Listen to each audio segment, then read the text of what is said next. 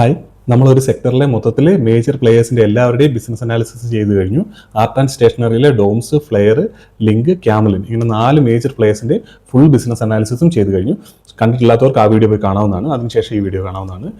ഈ വീഡിയോയിൽ നമുക്ക് മൊത്തത്തിൽ ആ സെക്ടറിലെ കമ്പനികളുടെ എല്ലാത്തിൻ്റെ പെർഫോമൻസിനെ ഒന്ന് കമ്പൈൻ ചെയ്ത് നമുക്ക് നോക്കാം. ആരാണ് ബെറ്റർ പ്ലെയർ എന്നുള്ള രീതിയിൽ നമുക്കൊന്ന് നോക്കാം. ഈ സെക്ടറിൽ നമ്മൾ മൊത്തത്തിൽ നോക്കി നമുക്ക് ഒരു കാര്യം മനസ്സിലാവും. ഇതിലെ എല്ലാ പ്ലേയേഴ്സിനും അത്യാവശ്യം ഗ്രോത്ത് ഉണ്ട്. അതായത് ഒരു കമ്പനി ഒഴിച്ച് ബാക്കി എല്ലാ കമ്പനികളും ഗ്രോത്തിനെ പറ്റിയിട്ടാണ് സംസാരിക്കുന്നത്. അത് പറയാത്ത കമ്പനി ഗ്രോത്തിനെ പറ്റി സംസാരിക്കുന്നില്ല എന്ന് പറഞ്ഞ കമ്പനി പോലും അവരിതുപോലെ മീറ്റിങ്ങുകളും കാര്യങ്ങളും ഒന്നും ചെയ്യാത്തതുകൊണ്ടാണ് നമുക്കത് മനസ്സിലാകാത്തത്. അവരെന്താണ് പ്ലാൻ ചെയ്യുന്നുള്ള കാര്യം. ബാക്കി നമ്മളോട് കമ്മ്യൂണിക്കേറ്റ് ചെയ്യുന്ന എല്ലാവരും പറയുന്ന ഹൈ ഗ്രോത്തിനെ പറ്റിയിട്ടാണ്. അതുകൊണ്ട് തന്നെ ഈ കമ്പനികളെല്ലാം നല്ല രീതിയിൽ ഗ്രോ ചെയ്യുന്നുണ്ട്. ഈ സെക്ടറിൻ്റെ ഗ്രോത്ത് തന്നെ എക്സ്പെക്ട് ചെയ്യുന്നത് 5 to 10% ഇടയ്ക്കാണ് സെക്ടറിൻ്റെ ഗ്രോത്ത് ഇന്ത്യയിൽ എക്സ്പെക്ട് ചെയ്യുന്നത്. അത് ഡൊമസ്റ്റിക്കലി അല്ലാതെ ഇന്റർനാഷണലിയും മാനേജ്മെന്റുകളെല്ലാം നല്ല ഗ്രോത്ത് എക്സ്പെക്ട് ചെയ്യുന്നുണ്ട്. 5% മുകളിൽ ഗ്രോത്ത് ഇന്റർനാഷണലി എക്സ്പെക്ട് ചെയ്യുന്നുണ്ട് ഈ ഒരു സെക്ടറിൽ. അതുകൊണ്ട് തന്നെ മൊത്തത്തിൽ ഈ ഒരു സെക്ടറിന് നല്ല ഗ്രോത്ത് എക്സ്പെക്റ്റഡ് ആണ്. അത് നമുക്ക് കമ്പനികളുടെ സ്പെൻഡിങ്ങുകളുടെ കാര്യം നോക്കുമ്പോൾ അറിയാം. എല്ലാവരും ക്യാപെക്സിന് വേണ്ടി സ്പെൻഡ് ചെയ്യുന്നുണ്ട്. പുതിയ മാനുഫാക്ചറിങ് ഫെസിലിറ്റികൾ കൊണ്ടുവരുന്നതിനെ പറ്റിയിട്ടാണ് സംസാരിക്കുന്നത്. എല്ലാവരും അതിൻ്റെ വർക്കുകൾ സ്റ്റാർട്ട് ചെയ്തിട്ടുണ്ട്. സോ ഇത് കമ്മീഷൻ ചെയ്യുന്ന കാര്യങ്ങളെ പറ്റിയിട്ടൊക്കെയാണ് എല്ലാവരും സംസാരിക്കുന്നത്. അപ്പോൾ അത് നമുക്ക് കാണുമ്പോൾ അറിയാം, അത് ഒരു സെക്ടറിൽ നല്ല ഗ്രോത്ത് എക്സ്പെക്ട് ചെയ്യുന്നുണ്ട്. അതേപോലെ എല്ലാവരും അഡ്വർടൈസ്മെൻറ്റ് ചെയ്യുന്നതിനെ പറ്റിയിട്ടും പുതിയ ടൈപ്പുകളും കാര്യങ്ങളൊക്കെ ചെയ്യുന്നതിനെ പറ്റിയിട്ട് സംസാരിക്കുന്നു. ആ രീതിയിലുള്ള സ്പെൻഡ് കൂട്ടുന്നതിനെ പറ്റിയിട്ട് സംസാരിക്കുന്നു. ഇതെല്ലാം ചെയ്യുന്നത് അവർക്ക് ഗ്രോത്ത് എക്സ്പെക്ട് ചെയ്യുന്നതിന് ഫ്യൂച്ചറിൽ പൊട്ടൻഷ്യൽ ഉണ്ടെന്ന് കാണുന്ന സമയത്താണ് ആ രീതിയിൽ സ്പെൻഡ് ചെയ്യുന്ന ആൾക്കാർ. അതേപോലെ പുതിയ പ്രൊഡക്റ്റുകൾ കൊണ്ടുവരുന്നു, മാർജിൻസ് ഇമ്പ്രൂവ് ചെയ്യുന്നതിനെ പറ്റി സംസാരിക്കുന്നു. സോ ഈ രീതിയിലാണ് മൊത്തത്തിൽ ഈ ഒരു സെക്ടറിലുള്ള ആളുകളെല്ലാം സംസാരിച്ചുകൊണ്ടിരിക്കുന്നത്. സോ ഇതിൽ നിന്ന് തന്നെ നമുക്ക് മനസ്സിലാക്കാൻ പറ്റും ഒരു സെക്ടർ എങ്ങനെയാണ് പെർഫോം ചെയ്യുന്നത്, അവിടെ ടെയിൽവിൻസ് ഉണ്ടോ, ആ സെക്ടറിൽ ഫ്യൂച്ചറിൽ ഗ്രോത്ത് നമുക്ക് എക്സ്പെക്ട് ചെയ്യാമോ. സോ ഈ ഒരു രീതിയിൽ നമുക്കൊരു 5 to 10% സെക്ടർ ഗ്രോ ചെയ്യുന്ന സമയത്ത് നമുക്ക് വേണ്ടത് അതിന് മുകളിൽ പെർഫോം ചെയ്യുന്ന കമ്പനികളാണ്. ആ ഒരു സെക്ടറിൽ ഏറ്റവും നന്നായിട്ട് പെർഫോം ചെയ്യുന്ന കമ്പനികൾ, ഈ ഒരു സെക്ടറിൻ്റെ ഗ്രോത്തിനെ ഏറ്റവും നല്ല രീതിയിൽ ക്യാഷ് ചെയ്യുന്ന കമ്പനികളെയാണ് നമുക്ക് ആവശ്യമായിട്ടുള്ളത്. സോ അതാണ് നമ്മൾ ഈ വീഡിയോയിൽ ചെയ്യാൻ പോകുന്നത്. വേറെ അധികം കാര്യങ്ങളിലേക്ക് കിടക്കുന്നില്ല. ബിസിനസിനെ പറ്റിയിട്ട് ബാക്കി കാര്യങ്ങളൊക്കെ നമ്മൾ നേരത്തെ ചെയ്ത വീഡിയോയിൽ ചെയ്തിട്ടുള്ളതുകൊണ്ട് തന്നെ അതിനെപ്പറ്റി കൂടുതൽ സംസാരിക്കാതെ നേരെ ഡയറക്റ്റ് നമുക്ക് വീഡിയോയിലേക്ക് കിടക്കാം. ആദ്യം തന്നെ ഈ 4 കമ്പനികളിൽ ഏറ്റവും മോശമായിട്ട് അല്ലെങ്കിൽ ഇപ്പോഴത്തെ കണ്ടീഷനിൽ നമുക്ക് ഇൻവെസ്റ്റ് ചെയ്യുമ്പോൾ ഏറ്റവും മോശമായിട്ട് എനിക്ക് ഫീൽ ചെയ്ത കമ്പനി എന്ന് പറയുന്നത് കോക്യൂ ക്യാമലിനാണ്. അവർക്ക് 1% മാത്രമാണ് സെയിൽസ് ഗ്രോത്ത് ഉള്ളത്. അതേപോലെ തന്നെ അവർ ഫ്യൂച്ചർ ഗൈഡൻസ് ഒന്നും തരുന്നില്ല. മാനേജ്മെന്റിന്റെ ആയിട്ട് നമുക്ക് അങ്ങനെ അവരുടെ കോൺടാക്ട് കാര്യങ്ങളൊന്നുമില്ല. അവർ എന്താണ് ഫ്യൂച്ചറിൽ പ്ലാൻ ചെയ്യുന്നുള്ള കാര്യങ്ങൾ അറിയില്ല. ഇനി അത് അറിയില്ലെങ്കിലും പ്രശ്നമില്ല. പക്ഷേ കമ്പനി ഇപ്പം നല്ല രീതിയിൽ ഗ്രോ ചെയ്യുന്ന ഒരു കമ്പനിയാണ്, നമുക്ക് ആ ഒരു പ്രശ്നം വരുന്നില്ല. ആ ഗ്രോത്ത് അങ്ങനെ കണ്ടിന്യൂ ചെയ്യുന്നുണ്ടോ എന്ന് മാത്രം ചെക്ക് ചെയ്താൽ മതിയായിരുന്നു. പക്ഷേ കമ്പനി ഇപ്പം ഗ്രോത്ത് ആ രീതിയിൽ വരുന്നില്ല. കമ്പനിയുടെ പെർഫോമൻസ് താഴേക്കാണ് പോയിക്കൊണ്ടിരിക്കുന്നത്. കഴിഞ്ഞ 2 ഫിനാൻഷ്യൽ ഇയറിലും ഇപ്പോൾ കുറച്ച് തിരിച്ച് റിക്കവർ ചെയ്യുന്നുണ്ട് ഇത് പ്രോഫിറ്റിന്റെ കാര്യത്തിൽ. പക്ഷേ ഇപ്പോഴും സെയിൽസ് ഗ്രോത്ത് ആ രീതിയിൽ വരുന്നില്ല. അതേപോലെ പുതിയ ക്യാപെക്സ് എന്തെങ്കിലും ചെയ്യുന്നുണ്ടോ, മാനുഫാക്ചറിംഗ് ഫെസിലിറ്റീസ് എന്തെങ്കിലും വരുന്നുണ്ടോ, പുതിയ പ്രോഡക്റ്റ് എന്തെങ്കിലും ലോഞ്ച് ചെയ്യുന്നുണ്ടോ, മാർജിൻസ് ഇമ്പ്രൂവ് ആവുമോ, അങ്ങനത്തെ കാര്യങ്ങളൊന്നും നമുക്കറിയില്ല. നമുക്ക് പ്രോഫിറ്റ് ഇപ്പോൾ കൂടുന്നുണ്ട്, പക്ഷേ സെയിൽസ് ഗ്രോത്ത് ഒട്ടും വരുന്നില്ല. സെയിൽസ് ഗ്രോത്ത് ഇല്ലാതെ കമ്പനിക്ക് ഈ ഒരു രീതിയിൽ പ്രോഫിറ്റ് ഇമ്പ്രൂവ് ചെയ്യാനായിട്ട് പറ്റില്ല. ഒരു വർഷം ചിലപ്പോൾ പറ്റിയേക്കും, പക്ഷേ അടുത്ത വർഷം ആകുമ്പോഴത്തേന് ഇവർക്ക് ഈ രീതിയിൽ മാർജിൻസ് ഇമ്പ്രൂവ് ചെയ്യാനായിട്ട് പറ്റില്ല. അതുകൊണ്ട് തന്നെ സെയിൽസിൽ ടോപ്പ് ലൈനിൽ ഗ്രോത്ത് വന്നേ പറ്റുള്ളൂ. ആ ഒരു രീതിയിലുള്ള ഗ്രോത്തോ കാര്യങ്ങളൊന്നും കാണാത്തതുകൊണ്ടും ഇതിൻ്റെ ഫ്യൂച്ചറിനെ പറ്റിയിട്ടുള്ള ധാരണ ഇല്ലാത്തതുകൊണ്ടും മൊത്തത്തിൽ ഈ ഒരു സെക്ടർ ഇങ്ങനെ ഗ്രോ ചെയ്യുമ്പോൾ ഈ ഒരു കമ്പനി ഇങ്ങനെ പെർഫോം ചെയ്താൽ പോരാന്നുള്ള ഒരു അഭിപ്രായമാണ് എനിക്കുള്ളത്. സോ അതുകൊണ്ട് തന്നെ എൻ്റെ ഒരു തോന്നലിൽ എനിക്ക് ഇൻവെസ്റ്റ് ചെയ്യാനായിട്ട് ഇപ്പോൾ ഉള്ളതിൽ ഏറ്റവും ലീസ്റ്റ് ആയിട്ട് പ്രിഫർ ചെയ്യുന്നത് കോക്യൂ ക്യാമലിനാണ്. സോ ഇനി നമുക്ക് ഇത് കഴിഞ്ഞിട്ടുള്ള 3 കമ്പനികളുണ്ട്. സോ ഇവർ 3 പേരും നല്ല രീതിയിൽ പെർഫോമൻസ് ഇമ്പ്രൂവ് ചെയ്യാനായിട്ട് ട്രൈ ചെയ്യുന്നു, അല്ലെങ്കിൽ ഇമ്പ്രൂവ് ചെയ്തുകൊണ്ടിരിക്കുന്നവരോ പുതിയ ഗൈഡൻസ് വരുന്നുകൊണ്ടിരിക്കുന്നവരൊക്കെയാണ്. സോ ഇവരെല്ലാം ക്യാപെക്സിനെ പറ്റി സ്പെൻഡ് ചെയ്യുന്ന കാര്യങ്ങളൊക്കെ നമ്മൾ ഓൾറെഡി ഡിസ്കസ് ചെയ്ത് കഴിഞ്ഞാണ്.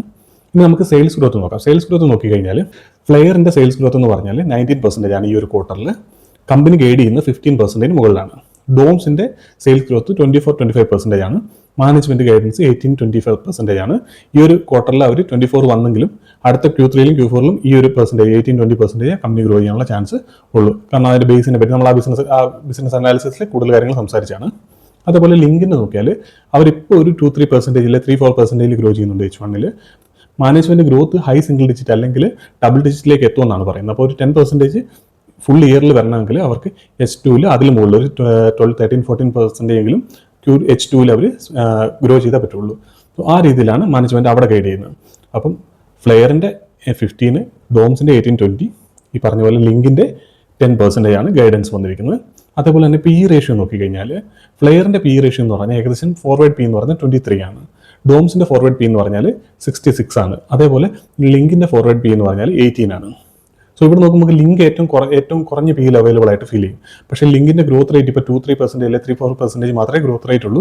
കമ്പനി ഗൈഡ് ചെയ്യുന്ന പോലും 10% ആണ്. പക്ഷേ അത് ഇപ്പോഴത്തെ പൊസിഷനിൽ നിന്ന് നോക്കുമ്പോഴത്തേനും നല്ലൊരു ഇമ്പ്രൂവ്മെൻ്റ് ആണ്. പക്ഷേ അവരുടെ എബിറ്റ മാർജിൻ എപ്പോഴാണ് എബിറ്റ ഗ്രോത്ത് എപ്പോഴാണ് പോസിറ്റീവ് ആവുക എന്നുള്ള കാര്യമൊന്നും മാനേജ്മെന്റ് പറഞ്ഞിട്ടില്ല. സോ ആ രീതിയിൽ ഗ്രോത്ത് വന്നാലേ ഉള്ളൂ ഇവരുടെ പാറ്റിൽ ആ രീതിയിൽ ഗ്രോത്ത് വരുള്ളൂ. ഇപ്പോൾ അവരുടെ പാറ്റിൽ ആ രീതിയിൽ ഗ്രോത്ത് ഇല്ല, ഡീ ഗ്രോത്ത് ആണ് കഴിഞ്ഞ ക്വാർട്ടറിൽ ഉണ്ടായിരുന്നത്. പിന്നെ അവർ അഡ്വർടൈസ്മെന്റിലും അങ്ങനത്തെ കാര്യങ്ങളെല്ലാം സ്പെൻഡ് ചെയ്യുന്നുണ്ട്. മൊത്തത്തിൽ ഈ 3 പേരിൽ എനിക്ക് 3ാം സ്ഥാനത്തായിട്ട് ഫീൽ ചെയ്യുന്ന ലിങ്കാണ്. അവരുടെ ഗ്രോത്ത് ഈ ഒരു രീതിയിലുള്ളൂ. പക്ഷേ അവർ ഈ രീതിയിൽ പെർഫോം ചെയ്യും, അടുത്ത ഫിനാൻഷ്യൽ ഇയറിലേക്ക് കുറച്ചുകൂടി ബെറ്റർ ആവുകയും ചെയ്ത് കഴിഞ്ഞാൽ കുറച്ചുകൂടി നല്ല ഓപ്പർച്യൂണിറ്റി ആയിട്ട് ഫീൽ ചെയ്യാം. പക്ഷേ ഇപ്പോൾ എന്തായാലും അവർ ഒരു 3ാം സ്ഥാനത്താണ് അവർ വരുന്നത്. പിന്നീട് വരുന്ന ടോപ്പിൽ വരുന്നത്, ഞാൻ സെക്കൻഡ് ഫസ്റ്റ് എന്ന് പറയുന്നില്ല, ഇവർ രണ്ടുപേരും ഏകദേശം നമുക്ക് ഫസ്റ്റിൽ വേണമെങ്കിൽ കീപ്പ് ചെയ്യാം. ഒന്ന് ഡോംസും ഒന്ന് ഫ്ലെയറുമാണ്. സോ രണ്ടിൻ്റെ ഗ്രോത്തിനെ പറ്റി നമ്മൾ സംസാരിച്ചു. ഇതിനകത്ത് രണ്ടിനും നമുക്ക് ഇപ്പോൾ ഡിഫറൻഷിയേറ്റ് ചെയ്തിട്ട് ആരാണ് ഫസ്റ്റ് സെക്കൻഡ് എന്ന് നമുക്ക് പറയാൻ പറ്റാത്തതിൻ്റെ റീസൺ എന്താണെന്ന് വെച്ചാൽ, നമുക്കൊരു 2 ക്വാർട്ടർ മുമ്പാണെങ്കിൽ ക്ലിയർ, 2-3 ക്വാർട്ടർ മുമ്പാണെങ്കിൽ ക്ലിയർ ആയിട്ട് ഡോംസ് ആണ് ഇവിടെ ലീഡ് ചെയ്തുകൊണ്ടിരുന്നത്. അവർ 20-25% ഗ്രോ ചെയ്തുകൊണ്ടിരുന്നു. അതേപോലെ തന്നെ ഓപ്പറേറ്റിംഗ് ലിവറേജ് കിട്ടുന്നുണ്ടായിരുന്നു, ക്യാപെക്സ് ചെയ്യുന്നുണ്ടായിരുന്നു. ആ രീതിയിൽ ടോപ്പായിട്ട് പെർഫോം ചെയ്തിരുന്ന ഒരു കമ്പനിയാണ്. പക്ഷേ കമ്പനിയിൽ ഇപ്പോൾ വേറെ പ്രശ്നങ്ങളൊന്നും വന്നിട്ടുള്ള ഒരു കാര്യം എന്ന് വെച്ചാൽ ഓപ്പറേറ്റിംഗ് ലിവറേജ് കമ്പനിക്ക് കിട്ടുന്നില്ല. അതൊരു പ്രശ്നമാണ്. രണ്ടെന്ന് പറയുന്നത്, ഇവരുടെ സെയിൽസ് ഗ്രോത്ത് 20-25% ഉണ്ടായിരുന്ന സെയിൽസ് ഗ്രോത്ത് മാനേജ്മെന്റ് ഇപ്പോൾ ഗൈഡൻസ് തന്നെ കുറച്ചിട്ടുണ്ട്, 18-20% ആയിട്ട് കുറച്ചിട്ടുണ്ട്. സോ മൊത്തത്തിൽ നോക്കിയാൽ അവരുടെ സെയിൽസ് ഗ്രോത്തിന്റെ പേസ് കുറഞ്ഞുകൊണ്ടിരിക്കുന്നു. അതുപോലെ തന്നെ ഓപ്പറേറ്റിംഗ് ലിവറേജ് കിട്ടുന്നില്ല. ഓപ്പറേറ്റിംഗ് ലിവറേജ് കിട്ടാത്തതിന്റെ റീസൺ വെച്ചാൽ അവർ എക്സ്പാൻഡ് ചെയ്യുന്നതാണ്. പക്ഷേ അതൊരു നല്ല ബെറ്റാവുന്ന എപ്പോഴാണെന്ന് വെച്ചാൽ മാനേജ്മെന്റ് ഇപ്പോൾ പറയുകയാണ് 20% മുകളിൽ എനിക്ക് ഗ്രോ ചെയ്യാത്ത ഫിനാൻഷ്യൽ ഇയറിൽ. അതേപോലെ ഓപ്പറേറ്റിംഗ് ലിവറേജ് കിട്ടുവാണെന്നുണ്ടെങ്കിൽ കമ്പനി നല്ല രീതിയിൽ ഗ്രോ ചെയ്യാനുള്ള, നല്ല രീതിയിൽ റിട്ടേൺ ജനറേറ്റ് ചെയ്യാനുള്ള സാധ്യത കൂടുതലാണ്. പക്ഷേ ഫ്ലെയർ എന്ന് പറഞ്ഞാൽ അവർ 15% പറഞ്ഞിട്ട് ഏകദേശം 15% കഴിഞ്ഞിട്ട് 19%ഓളം ഗ്രോ ചെയ്യുന്നുണ്ട്. അതേപോലെ ഓപ്പറേറ്റിംഗ് ലിവറേജ് കിട്ടുന്നുണ്ട്. പക്ഷേ കമ്പനി കൺസിസ്റ്റന്റ് ആയിട്ട് ഈ രീതിയിൽ പെർഫോം ചെയ്യുന്നില്ലായിരുന്നു. സോ ഇനിയിപ്പോൾ ഇവർ ഫസ്റ്റ് വരണമെന്നുണ്ടെങ്കിൽ ഈ ഫ്ലെയർ ഈ രീതിയിൽ കൺസിസ്റ്റന്റ് ആയിട്ട് ഈ പറഞ്ഞ ഗൈഡൻസിന് മുകളിൽ പെർഫോം ചെയ്യുകയും ഓപ്പറേറ്റിംഗ് ലിവറേജ് കിട്ടുകയും ഈ ഒരു കൺസിസ്റ്റൻസി അവർ മെയിൻറ്റെയിൻ ചെയ്താൽ തന്നെ അവരുടെ സ്റ്റോക്കിൽ റീ റേറ്റിംഗ് ഉള്ള നല്ല ചാൻസ് ഉണ്ട്. കാരണം ഡോംസ് നല്ല രീതിയിൽ പെർഫോം ചെയ്തപ്പോൾ 80-90 ഒക്കെയാണ് അവർക്ക് PE കിട്ടിയിരുന്നത്. സോ അതേപോലെ ഈ ഫ്ലെയറും ഈ രീതിയിൽ ഗ്രോ ചെയ്താൽ ഇപ്പോൾ അവർക്ക് ഫോർവേഡ് PE 23 ആണ് വരുന്നത്. സോ നല്ല രീതിയിൽ ഈ കൺസിസ്റ്റന്റ് ആയിട്ട് പെർഫോം ചെയ്യുകയും ഡോംസിനെ ബീറ്റ് ചെയ്യുകയും ചെയ്ത് കഴിഞ്ഞാൽ ഫ്ലെയറിന്റെ PE റീ റേറ്റിംഗിനുള്ള നല്ല ഓപ്പർച്യൂണിറ്റി ഉണ്ട്. PE എക്സ്പാൻഷനും ഉണ്ടാവും, PE റീ റേറ്റിംഗ് ഉണ്ടാവും. സോ അതുകൊണ്ട് തന്നെ നല്ല രീതിയിൽ ഗ്രോത്ത് വരാൻ ഫ്ലെയറിൽ ചാൻസ് ഉണ്ട്. പക്ഷേ ഇപ്പോഴും ഡോംസിന് ഈ ഹൈ PE കിട്ടാനുള്ള റീസൺ നല്ല രീതിയിൽ കൺസിസ്റ്റന്റ് ആയിട്ട് പെർഫോം ചെയ്തുകൊണ്ടും ആ ഒരു ട്രാക്ക് റെക്കോർഡ് ഉള്ളതുകൊണ്ടാണ്. സോ അവർ ഈ രീതിയിൽ പെർഫോം ചെയ്ത് കഴിഞ്ഞാൽ, ഇതിന് മുകളിൽ പെർഫോം ചെയ്ത് കഴിഞ്ഞാൽ ഫ്ലെയർ ഈ ഒരു ഓപ്പർച്യൂണിറ്റി കിട്ടില്ല. അപ്പോൾ ഈ 2 കമ്പനികളിൽ നമ്മൾ പ്രോപ്പർ, ഇപ്പം ഞാൻ ഈ ഒരു കമ്പനിയിൽ ഇൻവെസ്റ്റഡ് അല്ല, നേരത്തെ ഡോംസിൽ ഇൻവെസ്റ്റഡ് ആയിരുന്നു. അത് ഈ ഒരു ഫിനാൻഷ്യൽ ഇയറിൻ്റെ ആദ്യം തന്നെ ഞാൻ ഇന്ന് എക്സിറ്റ് ചെയ്താണ് ഡോംസിൽ നിന്ന്. അതേപോലെ വേറൊന്നിലും ഇപ്പോൾ ഇൻവെസ്റ്റഡ് അല്ല. ഈ കമ്പനികളുടെ ഫ്യൂച്ചർ പെർഫോമൻസിനനുസരിച്ചിരിക്കും ഇവരിൽ ആരും നമ്മൾ ചൂസ് ചെയ്യണമെന്നുള്ള കാര്യം. സോ അടുത്ത ക്വാർട്ടറുകളിലൊക്കെ ഇത് ട്രാക്ക് ചെയ്യേണ്ടതായിട്ടുണ്ട്. ഇപ്പോൾ ഡോംസും ഫ്ലെയറുമാണ് ലീഡ് ചെയ്യുന്നത്. ഇവരിൽ ആരാണ് ബെറ്റർ ആയിട്ട് പെർഫോം ചെയ്യുന്നത് എന്നുള്ളത് നമുക്ക് നോക്കേണ്ടതായിട്ടുണ്ട്. അടുത്ത ക്വാർട്ടറുകളിൽ ഇവർ നമ്മൾ പ്രോപ്പറായിട്ട് ട്രാക്ക് ചെയ്യേണ്ടതായിട്ടുണ്ട്. ഇപ്പം നമുക്ക് ഒന്നും ഒരു ഭയങ്കര ബെറ്റർ ഓപ്പർച്യൂണിറ്റി എന്ന് ഫീൽ ചെയ്യുന്നില്ല. കാരണം എല്ലാം ഇങ്ങനെ രണ്ടുപേരും അങ്ങോട്ടും ഇങ്ങോട്ടും നിൽക്കുവാണ്.